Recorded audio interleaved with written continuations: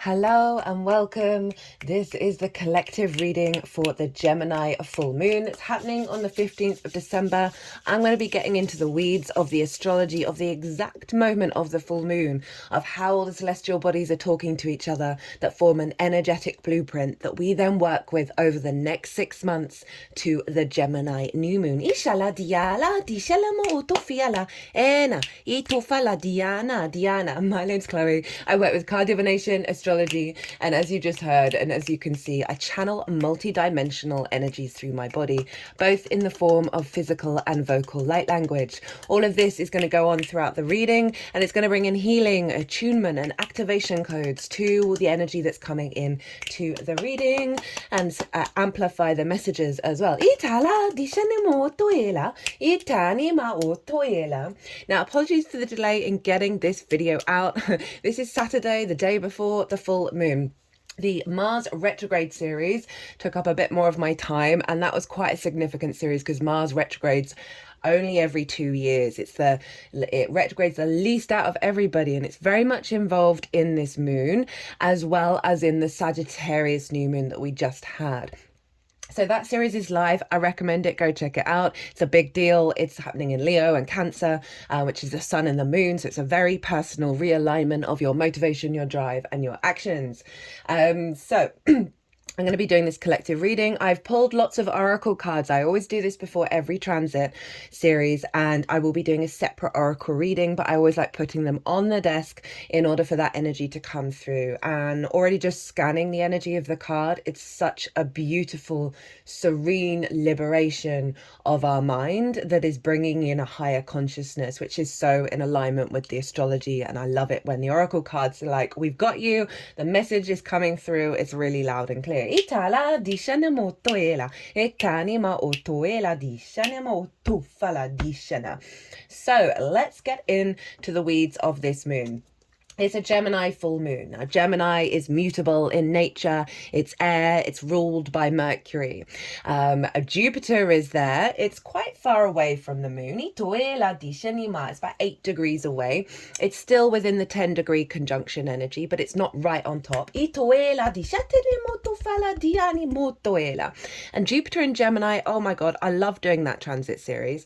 I still recommend it. We're still about halfway through, just over halfway through with Jupiter being in Gemini, and it's going to be another 12 years till it's in that sign. And the main so that Jupiter has its own playlist. It's really easy to find if you want to go check that out.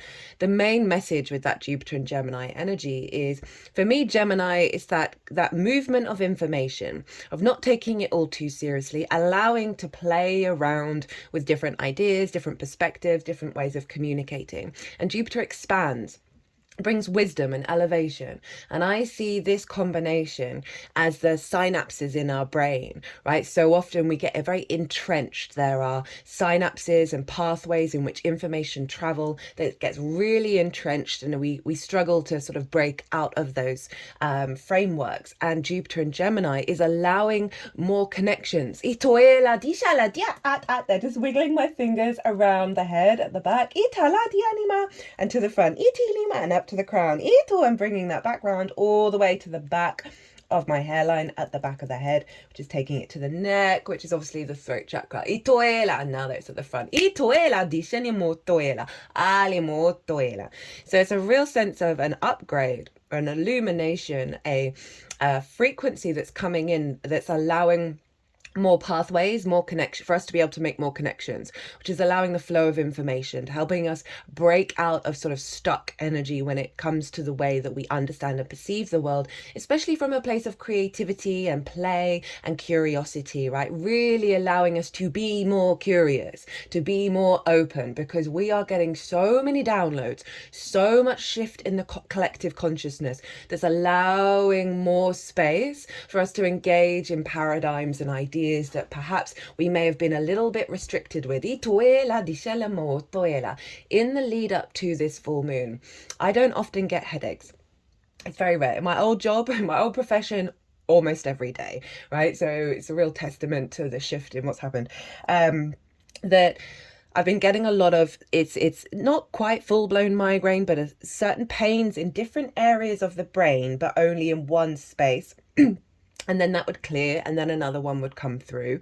Admittedly, the moon had gone through Aries over Chiron, and so I should imagine everyone's been having headaches, but that's also an alignment of the setup to what's coming through.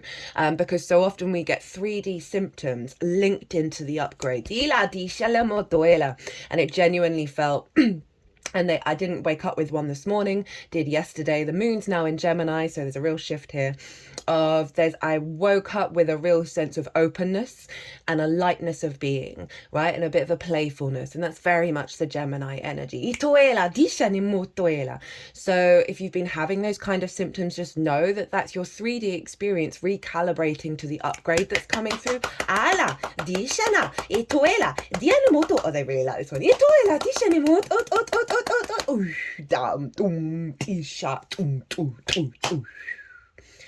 So, big full moon energy. Right, so we've obviously got the moon, which is our intuition, our emotional body. How are our needs being met or not being met? How do we give and receive nourishment, right? It's a real sense of highlighting, illuminating, got the full light of the sun on the moon, which is really illuminating the power of our intuition to connect the dots, to find information, to be open to that information and be very playful with it, right? And really sort of, where did that go? Oh, did that go there? I might have to pause because I think that's completely disappeared. That first card, that's really interesting. We'll see what it is. So the card that went under the table that I've got all my books on, I've got the lights, I've got the camera on, where all the action's happening and where the wisdom is, right? And it's actually the most perfect card for what I just described. We got the 3 of Cups. So there's something about this energy has been hidden from us, right? And it's now being revealed. It's now being brought into the light. This sense of, it's water as well. So that emotional body of the moon, but the connectivity. These 3 are all enjoying hanging out with each other. They don't necessarily agree with what everyone's saying, but they're enjoying the companionship, the unionship, the play of energy, right? They are in union, but there is this sense of being really open with each other, finding the abundance in the communication. If you think about the emotional body and how that can block off certain perspectives, this is coming into union that's allowing the synapses to connect to one another. There's something, what is it? It begins with an M that's in the brain that is like a coating that goes on the synapses that allows more reciprocity and receptivity to getting information. Begins with an M. I might have to pause and find it. It's called a myelin, and it acts as a sheath, a surrounding energy that helps, it's a conductivity to help establish and the capacity to have more words. Why the word? Well, Mercury's to retrograde. What I've already said of like allows the nerves to keep sending and receiving communications through the body. So it brings in flow. So there's it's so funny, like I'm here, there and all over the place. Very Gemini energy. Look over there. No, look over there. No, look over there. Oh, that looks fun. That looks fun. That looks fun. But there's a flow to it, right? We're getting more of a flow and an alignment here that's bringing in a state of abundance. And this is like having good conversations with friends, right? And enjoying the debate, enjoying the process rather than getting hypersensitive, hyper triggered, hyper defensive. There's a real sense of flow, and what a card to come out for this transit. This is really beautiful. By the way, as I said at the beginning, the energy that comes through in this, we're going to then be working with over the next 6 months. So you're not missing out on anything. And the moon, which I will get to, but it's in alignment with this, is squaring Neptune in the sign of Pisces. So we're bringing that water into the moon. So we're really getting an upgrade in the unconscious spaces, right? We hold a lot of limiting beliefs and trauma responses there, right? And this is really allowing us to sort of change and adapt and allow more of this flow in rather than the restriction, rather than the calcification. They're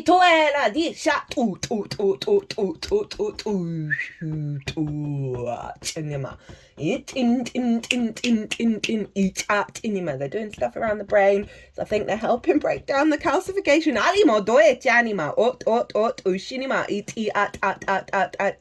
Cut the deck a couple of times while I was doing that.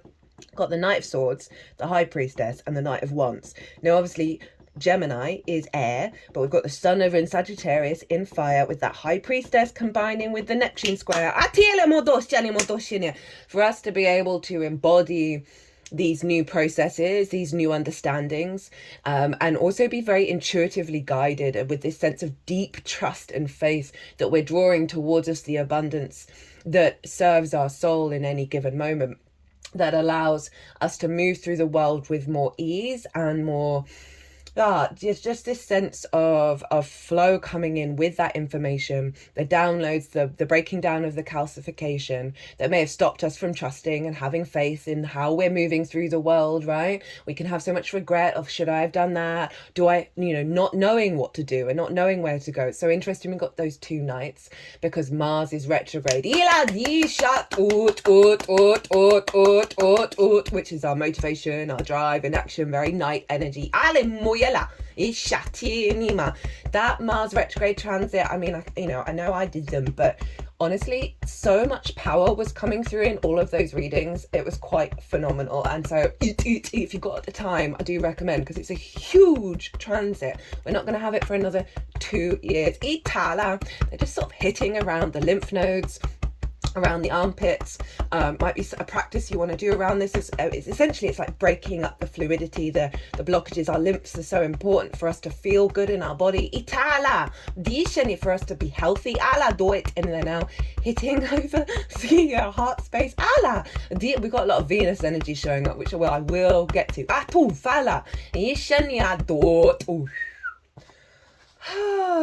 Okay, that was cool. That was cool. I really like those two nights with the High Priestess. That's super in our flow, right? And allowing us to adapt and change in alignment with a level of trust with that High Priestess, which is the Moon's card. Now,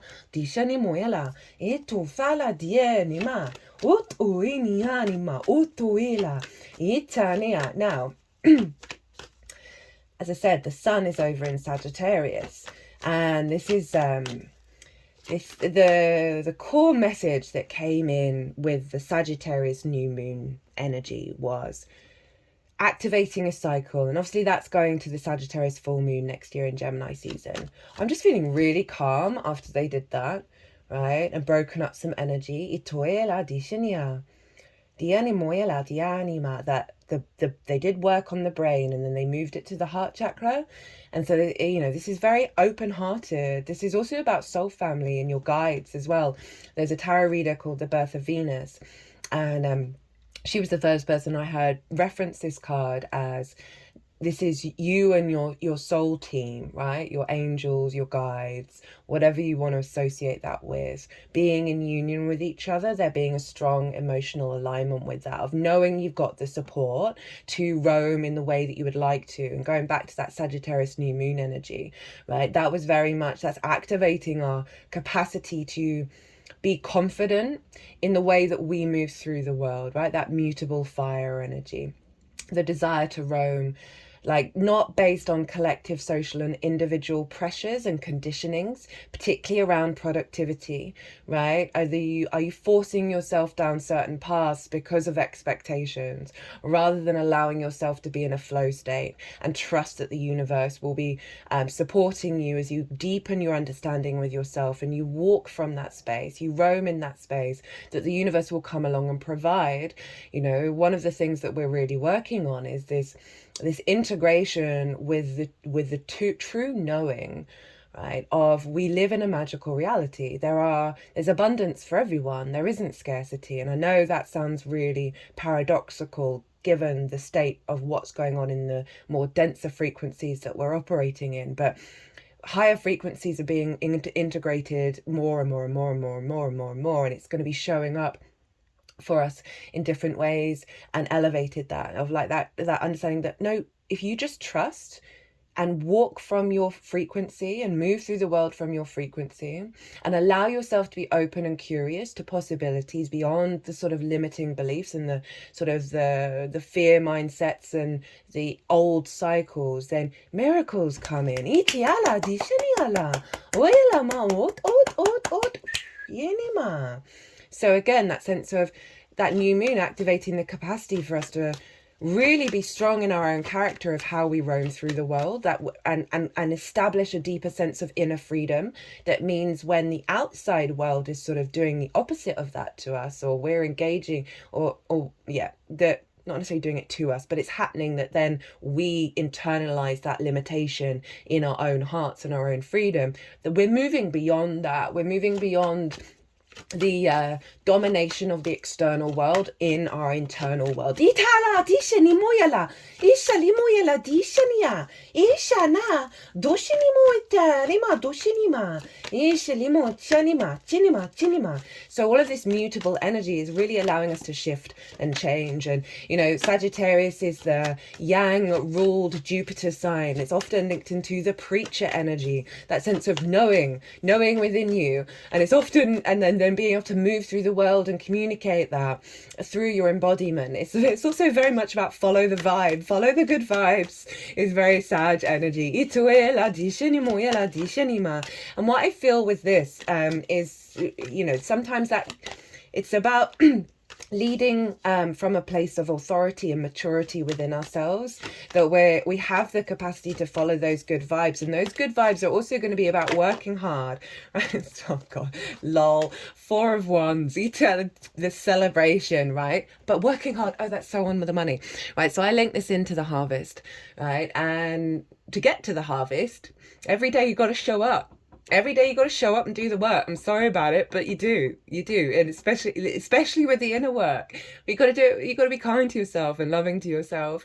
But this is all about, you know, the harvest has come in, and now everyone's celebrating. And so there's an acknowledgement in part 1, because it's a full moon, of big celebrations of the journey that you've been on, right? And really acknowledging that within yourself, as well as how we move forward with this energy, is that awareness of showing up, that awareness of celebrating those moments in your life that you're going to go through, and be really real with it as well. Because so often when we've done a lot of work, we've been on a journey, we reset to that new normal, that new frequency, and then we forget all the work that we've done. And this card, whenever it shows up, it's always like that reminder. Look back and realize you're a different person now. Your life is different. How you operate, how you move through the world is different, and really give yourself a massive pat on the back. Ita! That's so funny. They've never really done that when they're in a life. They're now patting me on the back. Ita la! And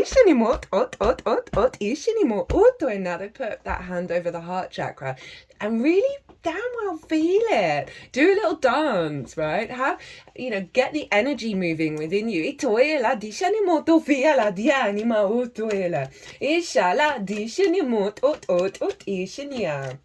Okay, so let's get into what aspects are these the sun and the moon making.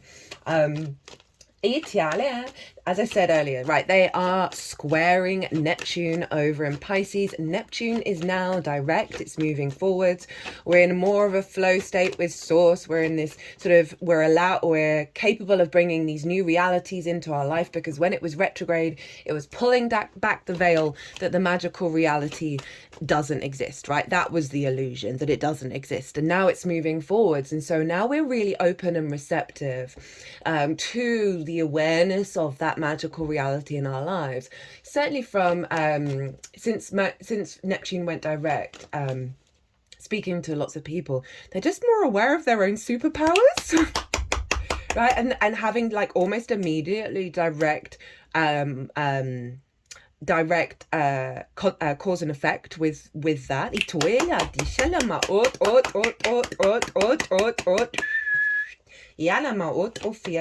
Let's get a card on the Neptune Sun Moon square, and this is forming a T-square. So we've got the opposition between the sun and the moon, and they're both making squares to Neptune, and so it forms what looks like a T, and the release point of a T-square is Neptune. So this is all about allowing yourself to have faith, allowing yourself to tap into a higher mysticism and build from that. Squares are an aspect of Mars, right? It can bring about conflict, drama, and frustration, right? If these things do come up, they are only letting you know where there's friction in order to create and how to reorientate away from that energy, right? It also could be bringing up wounds that have blocked your capacity to see the truth, and so that's going to help clear that energy. But the other side of a square is building in the 3D. It's very powerful, and for this T-square we've got the Hierophant. Now the Hierophant, this is about embodied spiritual wisdom, or just wisdom. It doesn't have to be spiritual, but I find most wisdom is spiritual. In the 3D, it's acknowledging of having been on a journey, right, and having gone through certain trials and tribulations, blessings and miracles, and really sat and thought and worked out, what does that mean to me? How do I embody it? How do I work through it? Because this is the Pope, right? And the Pope took a while to get to where the Pope was, right, and then acted as a vessel for God, right? That's just an example of the card. It represents any path that leads you to that point where you are now in your embodied power with the blending of the spiritual in the 3D. This is Taurus, our personal connection to the earth. You see this hand gesture, 2 fingers up, 2 fingers down. This is called the benediction. You often see images of Christ and the Buddha doing this because it represents the blend of heaven and earth, night and day, the polarity, the shadow and the chaos and the control, the shadow and the illumination, right? And honoring the bridge between those two, and how we have been born into denser frequencies that rely heavily on this frequency, right? Of the struggles, of the challenges, of the shadow, and working through that in order to find the light, find the illumination, and realize the power of the night, power of that shadow energy to help you make decisions and choices about how you want to be embodied and how you want to move through the world. So it's a very spiritual manifestation in the 3D. There's a level of commitment to this energy. So this is the commitment to engage with those miraculous, magical reality of Neptune, which is our connection to source. It's all the dimensions, all the frequencies, all the possibilities. So Neptune's about bringing different realities into your own. It's linked into the film industry. And I mention this example every single time, that while it's been in Pisces, the Marvel movies have been the biggest movies. And what is the biggest core energy of that? Groups of people from different dimensions, different realities, with superpowers, with magical powers, with cool technology tools, all coming together to save the universe. You really couldn't get any more Neptune in Pisces than you could try. So think of that energy and think of that kind of collective resonance of all those possibilities, of all that desire to collaborate and work together. Pisces is a collective energy from different perspectives, different ideas, different realities, dimensions, sensations, all coming together into your 3D with this higher perspective that's coming in with the sun and Sagittarius in the sun and the moon in that full moon squaring this. And so this is really about the embodiment of that and taking that forward on the road and being very sure of it. I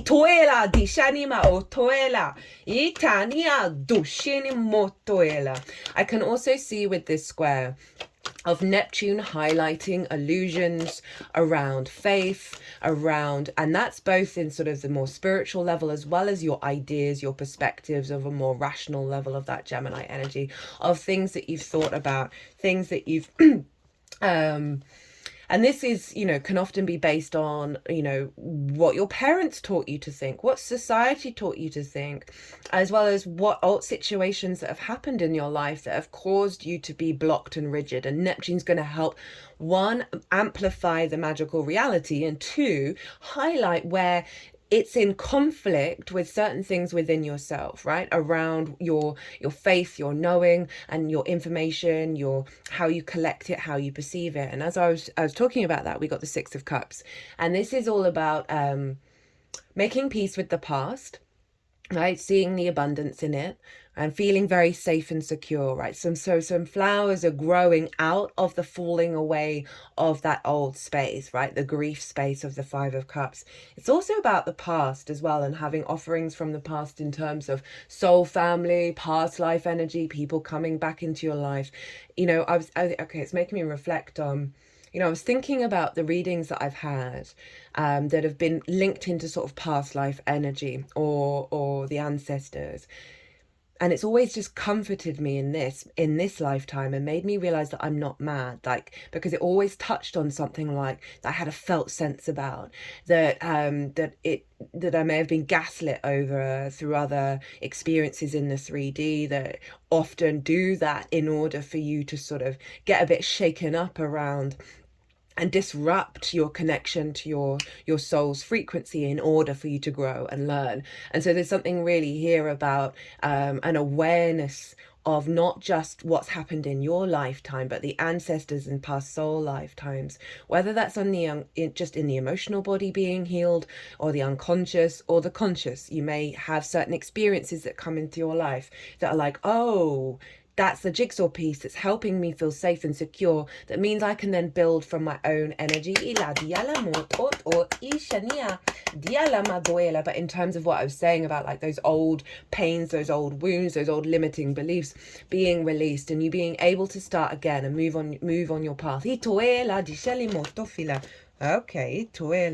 as I say that, get the Emperor and the Moon. Love this Pisces energy, Aries energy. So we've got a real sense, as I say, move on with your own life. The Emperor understands that it can only really experience and find wisdom through its own exploration, right, rather than being told what to think or feel or do. And then we've got the Moon, which is Pisces, which is the evolution of our unconscious, of our emotional body, allowing more of the softness, the unseen realms to come through as we move through the world moving forward. So that's just doubled up on that message. So that's a super powerful square. Okay, what else did I want to talk about? Well, the Sun and the Moon are making harmonious aspects to the asteroid Vesta. Vesta is all about the inner flame, right? The devotion to the inner world, and that can be the home as well as internally.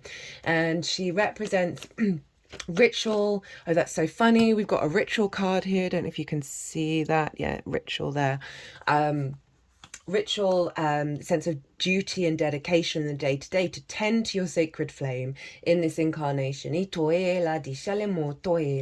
also about the purity of your soul contract, right? And in the Roman times, the Temple of Vesta was where all the really important contracts were kept, so no one could mess around with them, right? No one could fake one and say, oh, I've got that inheritance, right?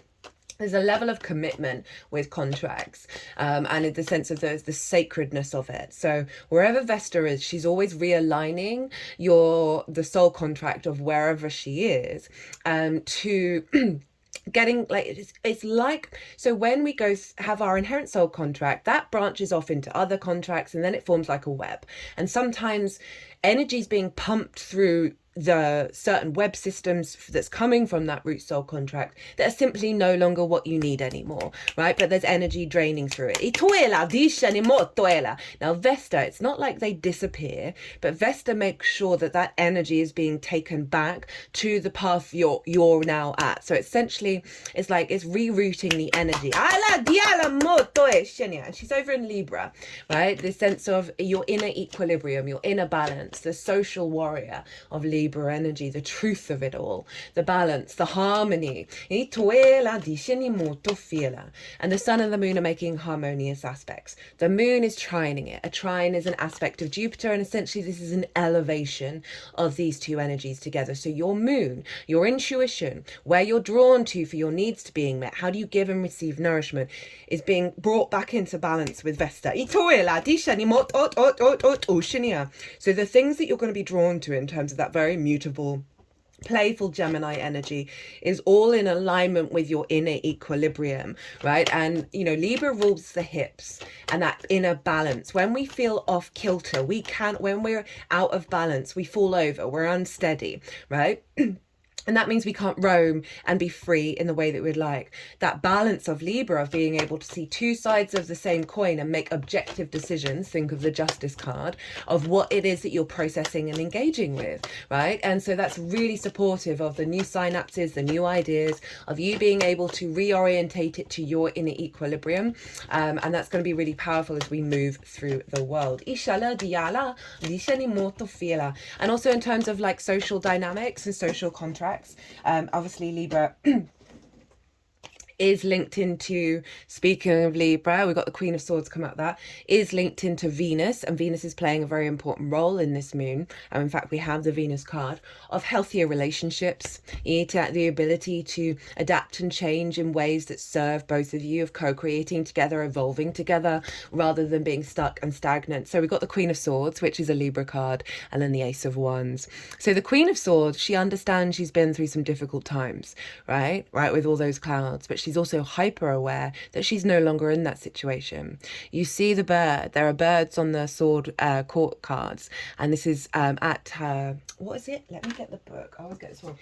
It's above the crown chakra, but it's tapped into, it's the one above. I think it's the soul star. Where is it? Where is it? I'm going to pause because this is important. Yeah, it's the soul star chakra. And I'm just going to read. This is from the Carl Gray Gateway of Light Activation Oracle. We don't actually have that card, but I just want to read it because the Queen received that information. It goes straight down through her crown chakra. Soul connects us directly with soul wisdom. It is our gateway to the etheric realms, which hold all the lessons of all the incarnations we have experienced. Very much that Vesta energy of like that awareness of all that information and getting it back to the soul frequency while incorporating that energy. Through our soul star, we access information and wisdom like a computer connecting to the internet through broadband. Instead of having to move through the dimensions to access the information, we can remain connected at all times and download support as necessary. The Egyptian god Horus appears on this card as our spiritual guide. His hawk-headed image is said to illustrate the connection to the sun, moon, and stars. As a keeper of energetic portals to hidden realms, he can help us remember our starry origins, open psychic vision, and connect directly with the wisdom that's held in the stars. So the Queen of Swords is getting all of that, right? She's aware of all that information, and she's now in this new frequency of being open to receive and cultivate this new energy. With that Ace of Wands, it's that flame, that inner flame of Vesta, the fresh new energy, fresh new vitality, a sense of vigor and passion and transformation coming in with, and again, you know, that's all air and fire, which is the combination that we're talking about here. Oh, I like how they're putting it, as well as connecting to what I'm talking about, putting it into a timeline for us.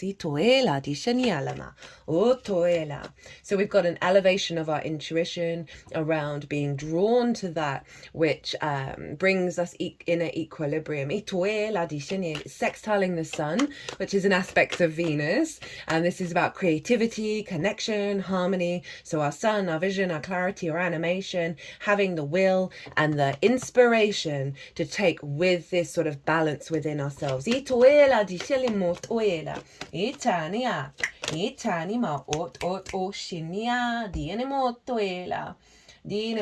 sun is trying Chiron. Right, the moon is sextiling Chiron. It's a wide sextile, but it's still there. So this is deep healing of inner wounds around the Aries energy. So I love that the Emperor showed up here, right? Of the capacity to go out and explore and roam and be autonomous and independent in our confidence, right? So this is, again, it's allowing, whereas before we might have kicked off, right, if someone had said something to us that we don't like, right, that's a very simple version of interpreting that, this Gemini moon, right? Or we may have very fixed ideas about how about how we elevate, very fixed ideas about what our perspectives are, and not right. Aries can be hyper independent, and so rather than, you know, it is about being autonomous, and we want to hold that sacred energy, but that mutable Gemini energy in Sagittarius of that, okay, be open to change, be open to different ideas, be open to shifting, and not necessarily being so contrary in the independence. You know, that kind of I'm right, you're wrong energy. I'm just reminded, I look after my friend's 3.5-year-old every now and again. She's got an Aries sun and Aries Mercury, and she's really obsessed at the moment with being right, and everyone else being wrong, and she wants to win everything all the time, rather than, you know, just having a bit more openness in the playfulness of the experience itself. It's like the end result has to be that she wins, and I feel like we're letting go of that big wound. Chiron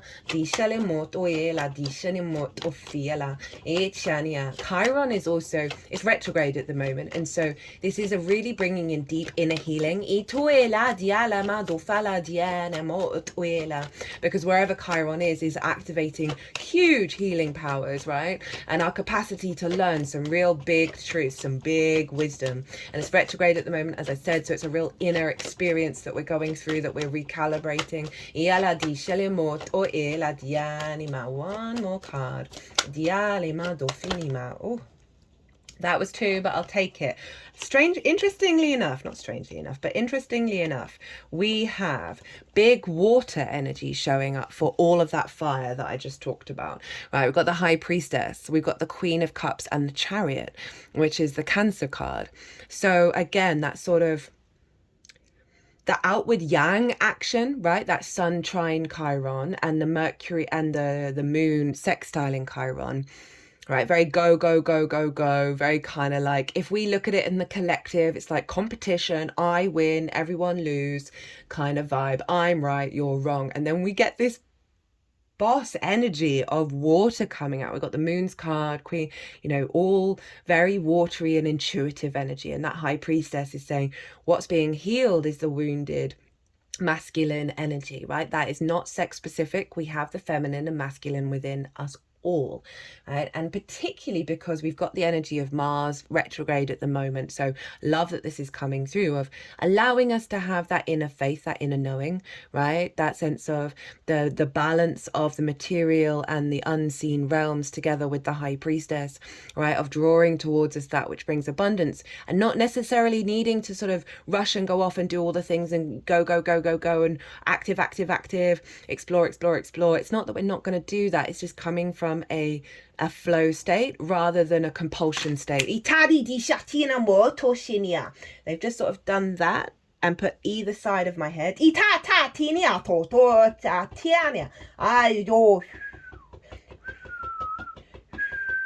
softening this, it's just softening the competition energy. Like the rage, the fury of the restlessness,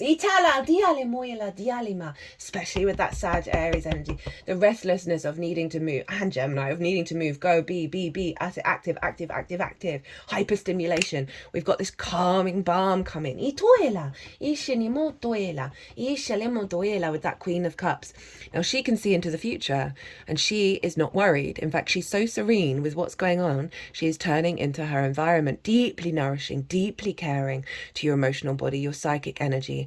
That, you know, the High Priestess and the Queen of Cups, very similar in their nature, right? But the Queen of Cups is able to cultivate the intention of the High Priestess, right? And really bring a level of calm, the right serenity to your body, right? And to your being. And then the Chariot. So we do have some movement here, but it's Cancer, right? So this sense of you are protected as you roam in the world. You don't need to be frenetic. You don't need to worry. You don't need to be anxious. Right, and allow the soothing balm of this energy to guide you, your intuition to guide you, not the expectations, the compulsions. Ooh, love that. Okay, so those are the aspects to the Sun and the Moon, and now we want to go into the rulership energy. So Mercury rules the Moon. Now, Mercury's still retrograde. It's going to go direct 12 hours after the moon is exact. It's still going to be on the same day. But the retrograde is imprinted into this moon, but it's stationing direct. This is powerful energy. Whenever a planet stations, i.e. basically it looks like it's still in the sky, the power of that planet or celestial body is amplified. So it's not direct, it's not moving forwards, it's still an inner recalibration of your perspectives, how you collect information, how you understand and perceive what's important to you, how you find your inner flow, with your fire, your instincts being recalibrated. But because it's stationing direct, its power is so strong. The downloads that you're going to get over the next 6 months are going to be phenomenal, because they are really going to be activating the intention of the direct motion, right? So this sense of how do I want to put this into words? It's so people who have Mercury retrograde, it takes a while for that information to come out into the world. It goes back and forth internally quite a lot, but when it does come out, it is incredibly profound. Itala, my third eye is now throbbing. They've just put the deck against my third eye, leading up to the crown chakra. So again, that higher wisdom coming in, that higher knowledge, and it's retrograde. And so retrogrades are often looking to the past. So there's something about, and I'm getting clued in because one of the last cards here is ancient wisdom, but it's really linking into this, of the wisdom from the past. The bigger traditions that are... You know, that ancient wisdom is also maths, right? It's degrees, it's shapes, it's frequency, it's geometry, it's polarity, it's the core archetypal energy of the universe. I always like to work with that energy, because it's like you're getting to the root system. So you can kind of clear the decks of a lot of entanglement by going to the roots. And so Mercury in Sagittarius, again, that's sort of the yang Jupiter energy, because it's ruled by Jupiter, is the like divine, it's collective fire, the divine light energy, right? Of a real clarity of deep downloads coming in. Itoela, dishani motoela, oshani matofala, dishani. Oh my God, these tarot have been so on point. With that, we've got the the Page of Swords in the World card. So the Page of Swords is able to look to the past from an objective point of view, be present in the moment with the intention of heading towards the future. And you see, we had the Queen of Swords that had one bird. Now we've got all of them, all of the downloads coming in through the head, right? So this is our capacity to receive those downloads, to be open to those downloads. Pages are very useful. They want to learn, right? They want to grow. They're not jaded. And then it's with the world of know thyself and the world will open up to you. This is Saturn's card. So those bigger picture, those big downloads that are linked into how we move through the world in this incarnation, based on all the wisdom of the earth, of the universe.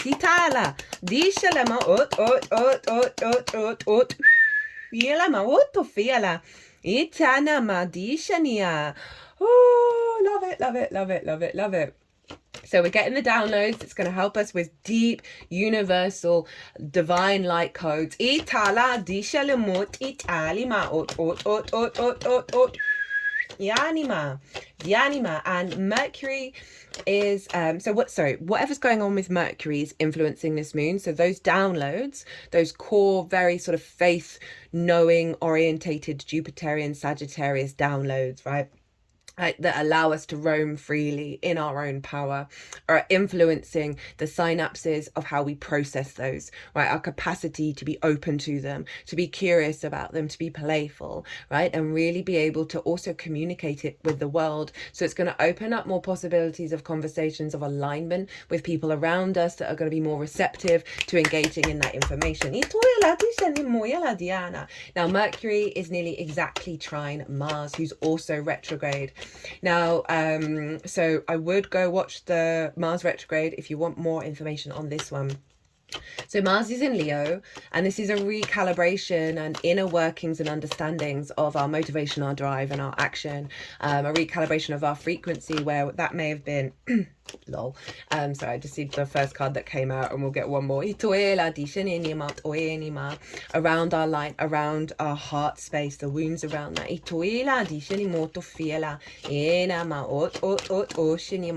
And they're trying each other, so it's an elevation of wisdom and understanding. So this full moon is going to be helping that Mars retrograde.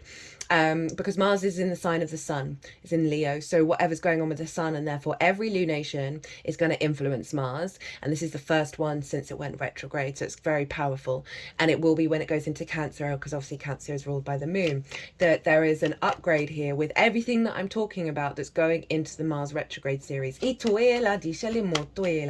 know, the wounds around the heart that stopped us acting from our heart space, acting, having the will, the vitality of our motivation, drive and action. Mercury is going to be helping support and facilitate and understand those wounds and be able to process them and upgrade them. And Mars is a feedback loop is going to be able to put that into practice. So big clearing the decks very, very quickly in terms of archetypal collective understandings of that fire, of your instincts, right? That's going to facilitate the fixed energy. And interestingly, these have all got the fixed signs on here on the world card in order to have a real clarity of mind. But it might feel that you're going to have to go back and forth over certain downloads and certain ideas a couple of times, but that's only going to bring in more nuance and depth and understanding of how you move through the world and how you want to move through the world. Now one more card for this particular aspect. Oh, okay, they want me to talk about the North Node. So Mercury, Mars, and the North Node are all trine one another. This is a grand fire trine. And the North Node is over in Aries of where we're headed and what we're striving for. And so we have an elevation of all the fire energy. Because that North Node is wanting us to go into new territory. It's wanting us to expand into the future, right? It's a longer, bigger term cycle. It's linked into the eclipses, big changes. So we have Mercury in our Mars combined with the North Node of getting in alignment with where we're headed and not where we came from in regards to the closed feedback loops of trauma cycles, in regards to the old wounds, the old limiting beliefs, and the love languages that we then put into practice with ourselves and anything other than ourselves that has stopped us from roaming into new territory and expanding with a sense of autonomy and passion. Ooh, okay. Okay. I see what's going on here. So we got quite a few cards for these, but it's a grand fire trine, reorientation of our instincts. Love it. We had one obviously for the Sagittarius new moon, and instead of Mercury, it was the sun and the moon that was in Mercury's place. So we have the Knight of Wands in reverse. Right, this for me, the Knight of Wands can be very impulsive and not necessarily for its best interest. And so coming in reverse is with the 10 of Wands in reverse is a release around those instinctive, compulsive fire energy actions, the embodiment of our fire, right, of our passions, our drive, our independence, our courage, and the sort of the very creative energy. The 10 of Wands in reverse is releasing a lot of old burdens, of the weight of the world, of feeling heavy in our the way that we move through the world, the way that we're processing. Look, that 10 of Wands, they can't even see it's a beautiful day, so their perspective is a little skewed with that Mercury energy. 6 of Swords, so we're bringing in the moon over in Gemini, which is allowing us to understand that we are in limbo and we are moving into a new frequency. We are going to calmer waters, right? And what are we going to take with us? There's not much room on that boat. Oh, interesting. What perspectives are we going to take with us that's going to help us walk our path, put in our boot, as we are in this incarnation, right? What are the things that are going to help us thrive rather than just survive? What perspectives are we taking with us? So this full moon is going to be helping us, one, figure those things out as well as implement them. Because then we've got the sun and the Magician, right? So it's heading us towards freedom, liberation, joy, vision, clarity, and the Magician. Hello, Mercury's card. Of understanding that we are a magician on this planet, right? That's tying in alignment with the square to Neptune, right? With everything around us is a resource, as above, so below, right? So the as below, so above, I think that's more important because within yourself, as within, so without, right? Recalibrating the inner world means we are more open and playful and capacity to manifest with our magical reality. Ot, ot, ot, ot, ot. Dianama, ot, toelama, dishani. Dialama, ot, ot, ot, ot, ot, o, shanima. Dianama, ot, ot, o, fanina.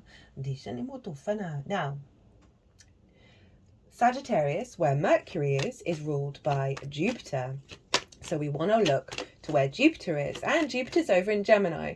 So this is what's called mutual reception. Jupiter and Mercury are in each other's realms. They are governing the sun and the moon, and they are also governing the whole chart. Now we have this with the Sagittarius new moon as well.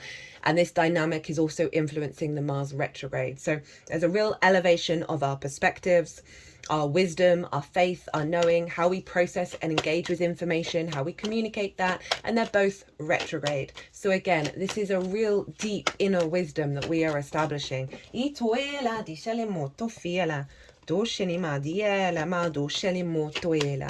know, admittedly, Mercury's going to go direct in 12 hours, but the imprint in this full moon is still the retrograde. Jupiter's going to go direct, oh god, I think it's February. So we might not see all of this outwardly expressing strongly until we get to the next year. But that retrograde energy, it's cultivating, it's bringing nuance and depth, it's a reflection on the past with the awareness of the future. It's a very yin energy. It is that sense of observer mode. It's about questioning things, finding your own faith, your own wisdom, your own understanding, your own perspective, and that is governing the whole chart. And as I said, they are in what's called mutual reception.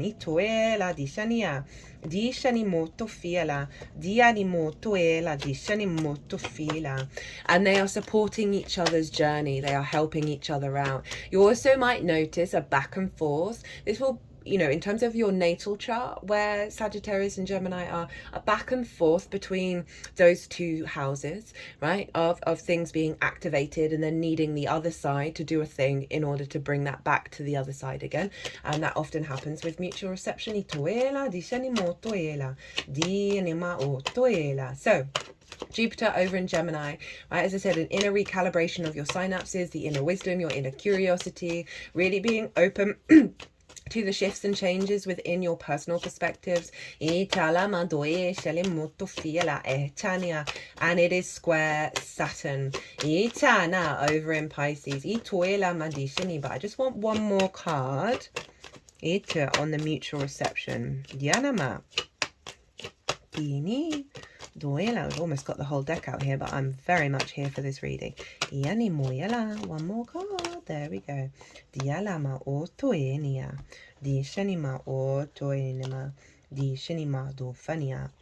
So, we have the Devil, the Two of Wands in reverse, the Tower, hello Mars, and then the Six of Wands. This feels like a pulling down of stagnation, right, with that Devil energy and the Two of Wands in reverse.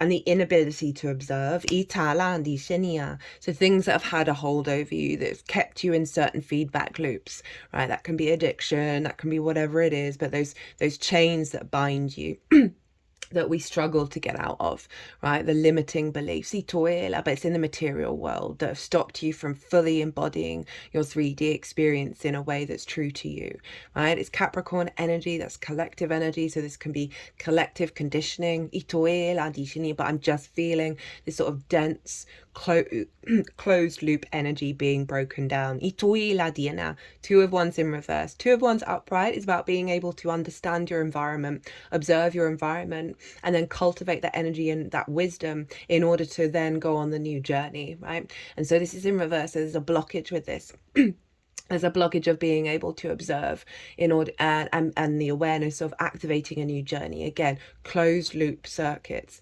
We've got Mars here, we've got the Tower card, pulling down those structures. And so this is the inner questioning, this is the inner recalibration of Jupiter and Mercury, both being retrograde in each other's signs, away from stagnation, right? Obviously mutable energy, fire and air, very adaptable, very changeable. So this is really helping us shift from that. And it's leading to victory, right? It's leading for you to go out in the world and do what it is that's right for you and that you're instinctively drawn to do, and feeling really good and victorious about how you're doing it, right? We've got the victory wreath. It's also about recognition, right? This can be from the outside world, on the path that you've been on, as well as you recognizing yourself and the confidence to like do the hero's journey.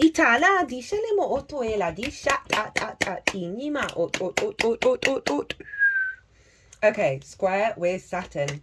So Jupiter and Saturn have been squaring each other on and off for a little while now. It's going to go exact on New Year's, Christmas Eve, which is hilarious. And this is really significant because these are the two outer gas giants, the last two planets to the visible eye, right? We had their conjunction at 0 degrees of Aquarius on the winter solstice in, was it 2020? I think it was 2020. It's either 2020 or 2021. I think it's 2020 because it was during all of the shenanigans. And it's huge shifts in the more social dynamics, right? Because they're the last two visible planets before we get to the bigger, more collective archetypal energy of Uranus, Neptune and Pluto.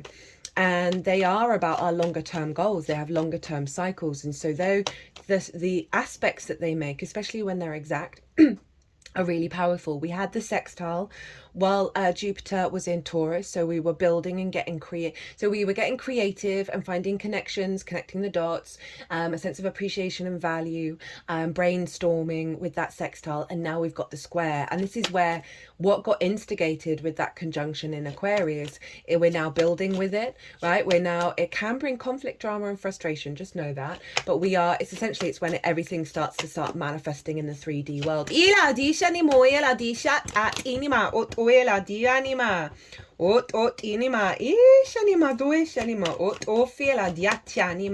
And again, that's Pisces energy, where Saturn is. And this is the magical reality being made real, right? This is our integrity to our collective emotional body, to the non-rational mindset, and our capacity to commit to the magical reality in the 3D realm. To that more mystical and magical energy of Pisces, right? Of Saturn getting serious about it. Jupiter over in Gemini is that capacity to collect the information, be playful, be curious, be really open to those experiences, to those synapses, and build and create together that serve the elevation of your wisdom, of your sense of abundance in your life from a place of integrity and dedication, right? Saturn just wants you to be integral and walk your talk. Jupiter wants you to be open to expand and to flip that switch in terms of the abundance mindset.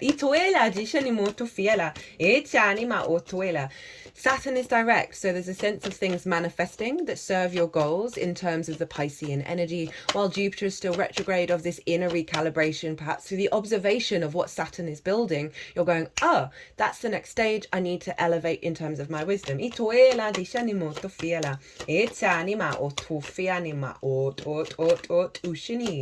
How are we doing for time? Oh, not too bad.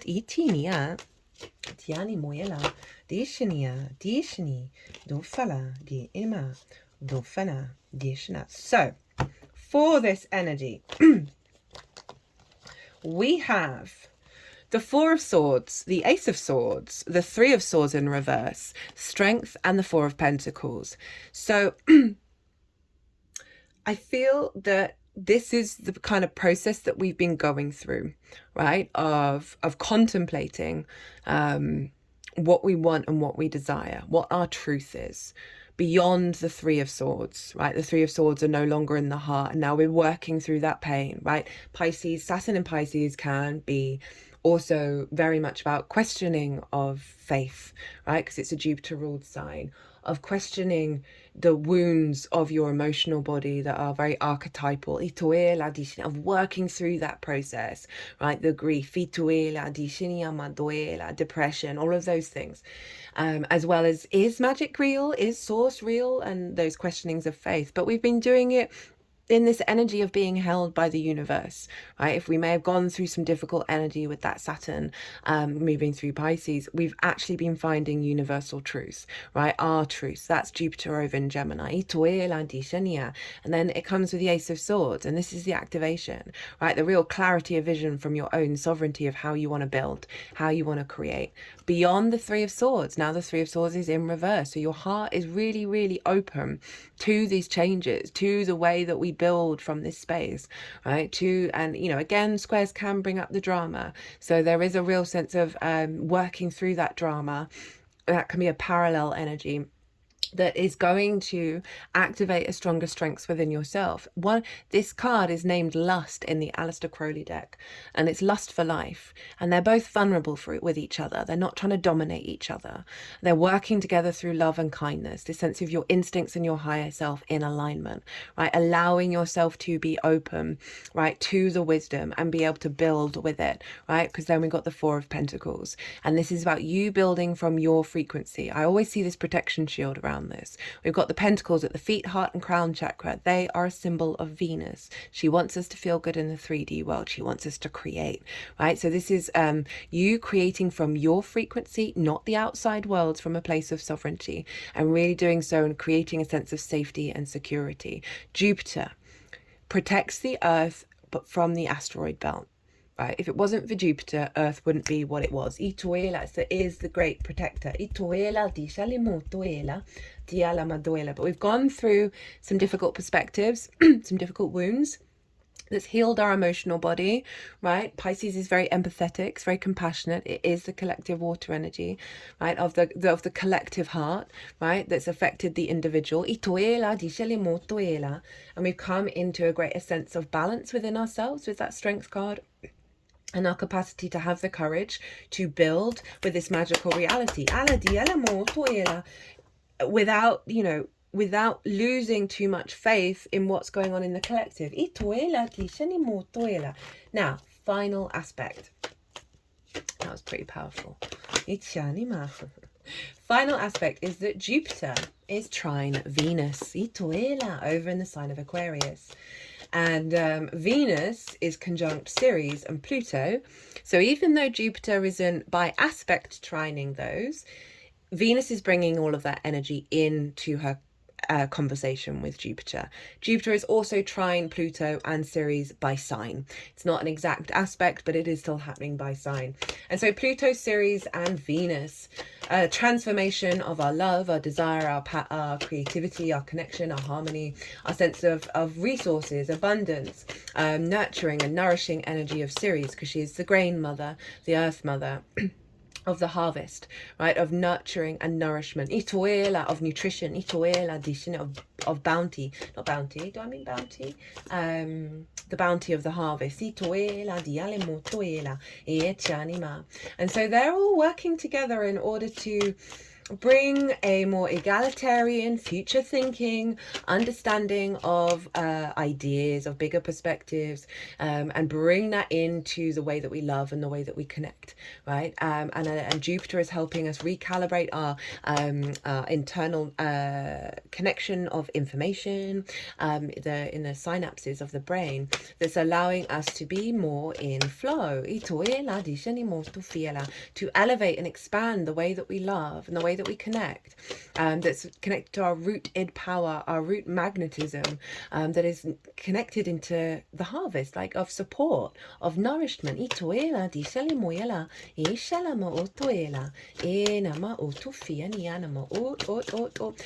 like higher love energy,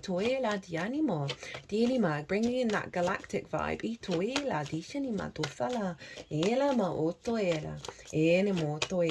As well as really powerful ideas that are going to serve the way that we create in the 3D.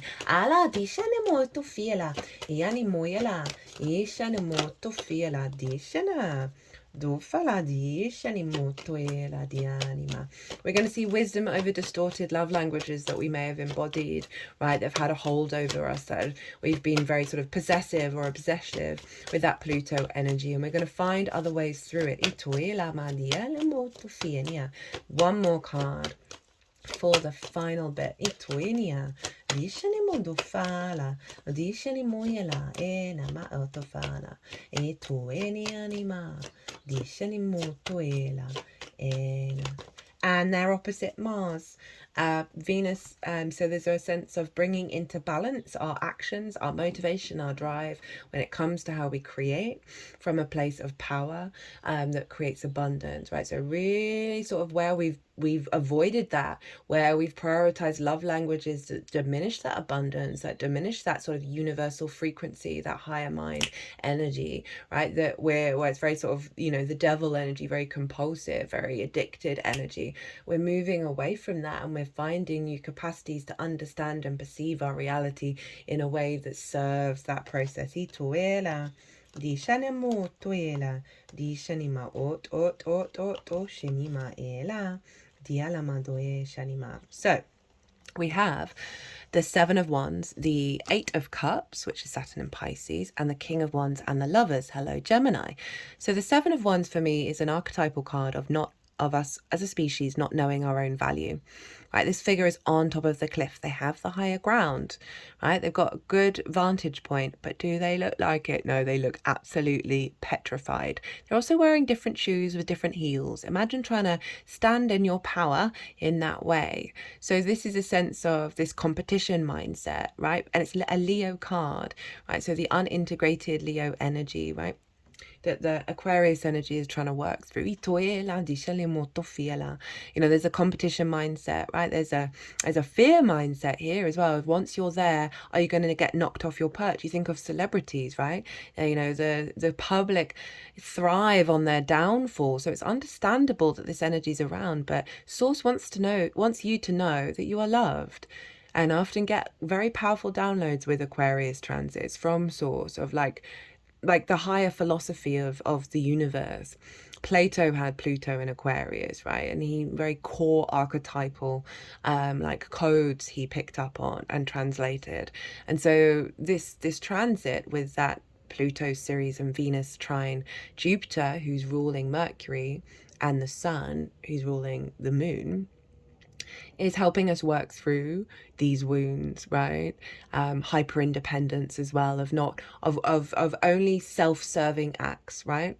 Doing the inner work is not a self-serving act, by the way. Having boundaries is not a self-serving act. You kind of know when you're in that mode, right? And you there's a little niggle in the back of your head of like, oh, I'm being a bit of a insert swear word here. And then we've got the Eight of Cups, and this is about moving away from deep-rooted unconscious responses that feel comfortable to us because they have been here for a while, but they don't serve us. They recreate distorted love languages, limiting beliefs, neglect, whatever that is. And we're going to be able to move away from that because this card is going to go and get that higher perspective and stand on top of that mountain free, not being in conflict mode, knowing their own value. So a different type of perspective here. And again, that's really helping liberate ourselves outside of old love languages, especially with Venus. We're elevating that, and that's not just romance, that's in any way you interact with the outside world. King of Wands, being in your power, being able to roam from this frequency of your instincts are now back in alignment, right? And they're not coming out of compulsion or unconscious responses. Itoela, very sovereign, very mature. And then the Lovers, right? On a sort of fundamental level, this is about making right choices at big moments in your life, at crossroads. It's also about the integration of self, of the masculine, feminine, and spirit in order to go climb a mountain, in order to go and live your life, explore your incarnation, and do the damn thing, in order to roam in your way. There obviously is an overlying energy of union, right? With Source, with the world, with your own life, as well as with others. It doesn't have to be romance, but that can be a part of it, especially with Venus opposite Mars, of a realigning of where we aren't co-creating, where we're not playful and engaged and open, right? And allowing ourselves to roam together as independent individuals. Falling in love with life again is always the key energy I get with the Lovers card. Cut the deck for the final message. This is Neptune, the Hanged Man in reverse. So it's saying we're going to be embodied with quite a high level energy. It's the only halo in tarot which represents enlightenment, and we're going to be able to take that out in the world, right? We're really getting an upgrade here, and this is beautiful. What an energy to end on, as well as over the next 6 months, we're going to be able to bring all these downloads, all this wisdom into the way that we move in the world. Right, I'm going to leave it there. I hope you enjoyed this reading. I hope it resonated. I certainly did. That was a lot of fun. That was a lot of fun. If you did, hit that like button or leave me a comment. I love to hear from you. It brings me a lot of joy. If you want a personal reading about the Mars retrograde, the nodal shifts, what's going on here, anything at all, my website is everywhere. You can book through my calendar. If you want to pay by PayPal, email me directly and we can sort that out that way. But other than that, be good to yourselves, be good to those around you. Safe travels. And oh, that reminds me, oh my God, I nearly forgot. I have a poem I want to read to you. And this is from Kahil Gibran, and it's from his book of poems, The Prophet. Now, I nearly kicked myself with the Sagittarius new moon because it was on his ascendant moon and Venus, right? It's a Sagittarius ascendant. And I was like, God damn, he's one of my favorite poets. And they have made an animated movie based on these poems. And you can't find it anywhere. You can only stream it, right? And it's one of the few things that I really put my tinfoil hat on about, because that movie, that animation, these poems, the way that it all comes together is one of the most soul integrating, uplifting things I've ever seen. I absolutely love it. It's so powerful. And you can't find it. And it's got Salma Hayek in it and somebody else who does the main voice who's really famous. It's got big people in it. It should be knocking around somewhere and you cannot find it anywhere. And that's, if they got all the kids in the world to watch it, all the adults, everyone in the world to watch it, there would be such a consciousness shift. Now, so I went and got his chart up again. And I'll just show it. Look at all those trines. Look at all those trines. That's very big flow energy. Anyway, he's got Sun, Ascendant and Venus all where Mercury is now. Whereas with the new moon, it was with where the Sun and the Moon are. But, so this moon, I forgot to mention at the beginning, is at 23 degrees of Gemini and Sagittarius. He has his second ascendant, which is the EQ, at 22 degrees of Sagittarius, and his Jupiter at 23 degrees of Gemini retrograde. So it was obviously meant to be that I was going to read a poem to you in this video, and a couple of days ago I'd refound this book. It was somewhere in the house, and I was like, right, I'm going to take that, I'm going to have it on my bed, and I'm going to read a poem. I'm going to flick and open it, do divination that way. I really am getting into doing book divination, and see what comes through. And I did it today for the poem that we're going to read, and it landed on my favorite of his poems, and I'm going to read it to you. And it nearly makes me cry every single time. And a woman who held a babe against her bosom said, "Speak to us of children." And he said, "Your children are not your children. They are the sons and daughters of life's longing for itself. They come through you, but not from you. And though they are with you, yet they belong not to you. You may give them your love, but not your thoughts, for they have their own thoughts. You may house their bodies, but not their souls, for their souls dwell in the house of tomorrow, which you cannot visit, not even in your dreams. You may strive to be like them, but seek not to make them like you. For life goes not backwards, nor tarries with yesterday. You are the bows from which your children as living arrows are sent forth. The archer sees the mark upon the path of the infinite, and he bends you with his might, that his arrow may go swift and far. Let your bending in the archer's hand be for gladness, for even as he loves the arrow that flies, he also loves the bow that is stable. I think that is one of the most profound, beautiful, eloquent things I've ever read, because it ties into so much of how we operate, about releasing control, of allowing openness and curiosity.